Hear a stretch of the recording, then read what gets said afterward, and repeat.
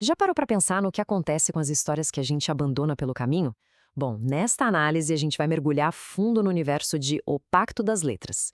É aqui que um autor se vê forçado a pagar uma dívida sinistra, não com dinheiro, mas com sangue e tinta, por todas as vidas e narrativas que ele deixou sem um final.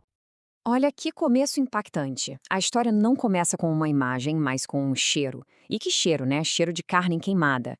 Essa escolha já joga a gente, junto com o protagonista Lucas, num estado de confusão total. É um início visceral que ignora a visão para deixar um recado bem claro logo de cara. As regras do mundo que a gente conhece não valem mais nada por aqui. E essa é, claro, a primeira pergunta que todo mundo se faz. Onde é que o Lucas foi parar? Ele não acorda num lugar normal, mas dentro de um verdadeiro pesadelo literário. A questão não é só onde ele está, mas principalmente por que ele está ali. E é assim que quem acompanha a história vira uma espécie de detetive, tentando desvendar esse mistério junto com ele. E a resposta para esse mistério começa com as regras desse lugar. Então, vamos lá, vamos entender o que é o scriptorium da dívida, o palco onde o julgamento do Lucas vai acontecer. Imagina só a cena. Isso aqui não é uma prisão qualquer. É uma prisão feita de literatura. As paredes são livros e as páginas sangram tinta num rio de palavras mortas. O tempo não corre num relógio normal. Ele pulsa na dor de uma cicatriz. Cada detalhe desse lugar é um símbolo do abandono e da negligência criativa do nosso protagonista. E é do meio daquele rio de tinta que surge ela, a Serafina. Mas se engana quem pensa que ela é uma vilã comum que busca poder ou vingança. Não, não. Ela é a própria consequência em pessoa, uma cobradora. E a dívida que o Lucas tem com ela não é de dinheiro. É uma dívida de histórias não contadas, de finais que ele simplesmente roubou. Tá, mas que crimes são esses, afinal de contas? Que tipo de finais o Lucas roubou para merecer um castigo tão brutal? É isso que a gente vai ver agora. O conceito central de tudo isso é a tal da dívida de sangue e tinta. E a ideia é assustadora de tão simples. Não se trata só de livros que não foram escritos. A história sugere que toda vez que a gente aborta um potencial, seja na arte, seja na vida real, a gente cria uma dívida. E nesse universo, essa dívida precisa ser paga. E é aqui que a coisa fica genial e, ao mesmo tempo, sombria. Porque para Serafina, não importa se é um romance que ele jogou fora, uma tarde em que ele esqueceu a filha no shopping, ou até um personagem de videogame que ele matou sem pensar. No fim das contas, é tudo a mesma coisa. São histórias interrompidas, promessas quebradas. E agora, a conta chegou. A primeira parcela desse pagamento é cobrada de forma bem literal. O próprio Scriptorium, a biblioteca dos fracassos dele, simplesmente ganha vida. As palavras pulam das páginas e viram armas, os livros se tornam monstros de papel e o Lucas precisa lutar para sobreviver. E como se o caos já não fosse o suficiente, surge o colecionador. E olha, ele não é um monstro qualquer.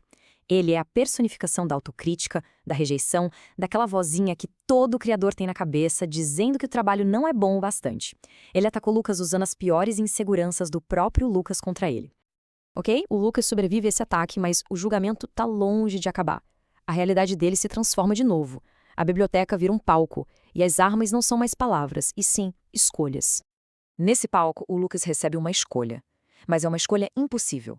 Na cena A, ele tem o sucesso. A fama, o dinheiro, a foto de formatura perfeita com a filha. Só que é uma mentira, uma prisão dourada.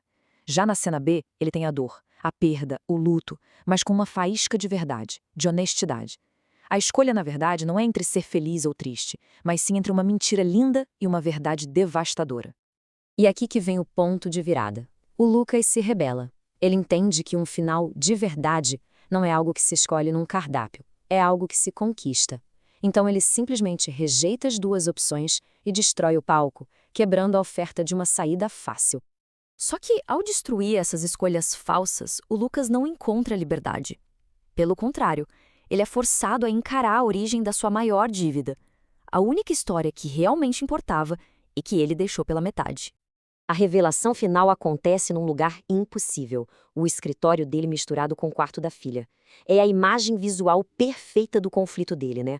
O mundo criativo, para onde ele sempre fugia, batendo de frente com a realidade familiar que ele tanto ignorou.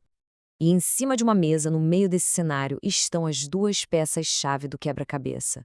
Uma urna com as cinzas do romance dele.